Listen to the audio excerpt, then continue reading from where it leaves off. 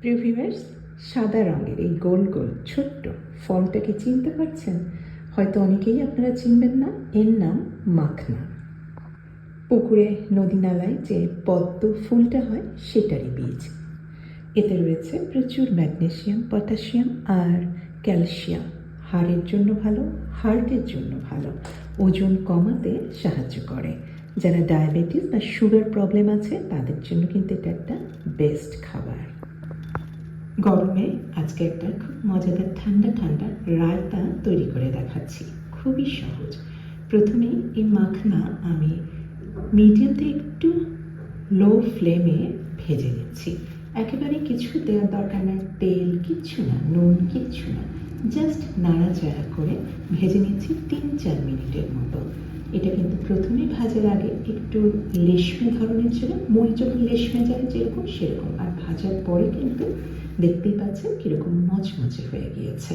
এটাই ভাজা হয়ে গিয়েছে, এখন ঠান্ডা হোক। এই ফাঁকে আমি দইয়ের মিশ্রণটা তৈরি করে নিচ্ছি। বাটিতে নিয়েছি কিছু পরিমাণে টক দই। পরিমাণে কিন্তু নির্দিষ্ট কোনো বাধা ধরা নিয়ম নেই। কিছুটা ফেটিয়ে নিতে হবে যাতে একদম মসৃণ হয়। আর এর মধ্যে দিয়ে দিয়েছি বেশ ঘন বলে কিছুটা পানি। আপনারা কিন্তু নারকেলের দুধ দিতে পারেন অথবা নর্মাল দুধও দিতে পারেন। এখন রায়তার স্বাদটা বাড়ানোর জন্য বিভিন্ন ধরনের মশলাপাতি দিব। আমি দিয়েছি ক্র্যাশ করে ফ্রেশ কালো গোলমরিচের গুঁড়া, কিছুটা দিয়েছি ধনে পাতা, এটা চাইনিজ ধনে পাতা, ধনে পাতা দিতে পারেন, পুদিনা পাতা দিতে পারেন। জিরা গুঁড়া দিয়েছি আর দিয়েছি মিষ্টির জন্য কিছুটা মধু। এখানে আপনারা গুড় দিতে পারেন মিষ্টির জন্য অথবা চিনিও ব্যবহার করতে পারেন। স্বাদ অনুযায়ী কিছুটা দিয়েছি কাঁচামরিচ আর ভালোভাবে ফেটিয়ে নিচ্ছি। ফেটিয়ে নিয়ে কিন্তু টেস্ট করে দেখছি যাতে সব কিছু ঠিক আছে কিনা। আর আমি বুঝতে পারছি না, আমি কিন্তু বিট লবণ বা যে ব্ল্যাক সল্ট যেটা আছে সেটা দিয়েছি, সেটা মনে হয় আমি রেকর্ড করা হয়নি। আপনারা কিন্তু অবশ্যই এই ব্ল্যাক সল্ট বা কালা নমক যেটাকে বলা হয় সেটা দেওয়ার চেষ্টা করবেন, এতে কিন্তু স্বাদটা অনেক বেড়ে যাবে। মচমচে মাখনাগুলি সব দিয়ে দিয়েছি আর দিয়েছি কিছু ফল।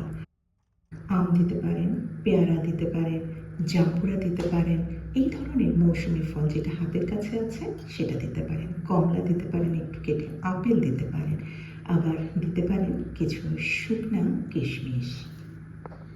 আমি ব্লুবেরিও দিয়েছি, আমার কাছে ছিল। একটু ফল দিলে সেটা আবার খেতে আরেকটু অন্য রকমের হয়। আর অবশ্যই এই উপকরণটা দেওয়ার চেষ্টা করবেন, এটা ভেজে নেওয়া চীনাবাদামের বদলে আপনারা কিন্তু আখরোট দিতে পারেন, কাজু বাদাম দিতে পারেন, আবার পেস্তা বাদাম একটু ছোট ছোট টুকরা করে সেটাও দিতে পারেন। আর এটা সার্ভিং ডিশে দিয়ে আমি উপরে একটু স্প্রিঙ্কল করে দিলাম পাপরিকা গুঁড়া। এটা মেনলি দিয়েছি দেখার সৌন্দর্যের জন্য। নাড়াচাড়া করে ভালোভাবে মিশিয়ে নিয়ে এটা কিন্তু আমি জাস্ট 2-3 মিনিটের মতো রেখে তারপরে সার্ভ করব। দইয়ের মধ্যে জাস্ট 2-3 মিনিটের মতো মাখনা ভিজিয়ে রাখলেই কিন্তু যথেষ্ট। যদি আপনারা ঘন্টাখানেক রাখেন, আধা ঘন্টা রাখেন, তাহলে কিন্তু মাখনা আবার লেশমে যাবে, মচমচে ভাবটা হবে না। এই জন্যই আমি 2-3 মিনিটের মধ্যেই এই মাখনা সার্ভ করব। আর তখনও কিন্তু মচমচে আছে, খেতে দারুণ মজার। আর আমি যে সমস্ত মশলাপাতি দিয়েছি আপনারা কিন্তু আপনাদের ইমাজিনেশন, ক্রিয়েটিভিটি ব্যবহার করে এর মধ্যে আরও অনেক কিছু দিতে পারেন। আঙুর দিতে পারেন ছোট ছোট টুকরা করে, খেতে খুব ভালো লাগবে। এছাড়া চটপটি তৈরির যে মশলা আছে, চাট মশলা আছে, সেগুলি দিলেও কিন্তু চটপটা স্বাদের হয়।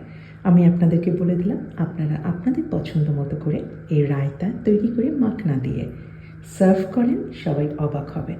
এখন একটাই কথা, আমি বাইরে থাকি, এই মাখনা কিন্তু আমি যে কোনো ইন্ডিয়ান শপগুলিতেই পেয়ে যাই হর হামেশা। বাংলাদেশে আমি ঠিক জানি না, তবে কাঁচা যে মাখনা, শুকনা না, মাখনা ফলটা সেটা ঢাকার পুরানো ঢাকাতে পাওয়া যায়। সেটা এইরকম না, এটা ওটা কাঁচা অবস্থাতে প্রসেস করে, এরকম শুকনা না। আপনারা অবশ্যই অনলাইনে আমি তো মনে করি পেয়ে যাবেন, যদি আপনারা এই মাখনা দিয়ে কিছু তৈরি করতে চান, এই ধরনের রেসিপি। আজকে এই পর্যন্তই। সবাই ভালো থাকবেন। আল্লাহ হাফেজ।